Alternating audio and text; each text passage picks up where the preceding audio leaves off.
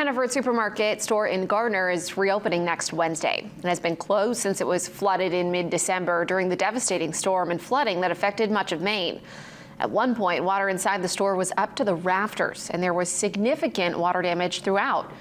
In order to help the store open as soon as possible, there will still be temporary cases and shelving in some areas at first, but the company says they will be replaced by permanent fixtures in the coming months.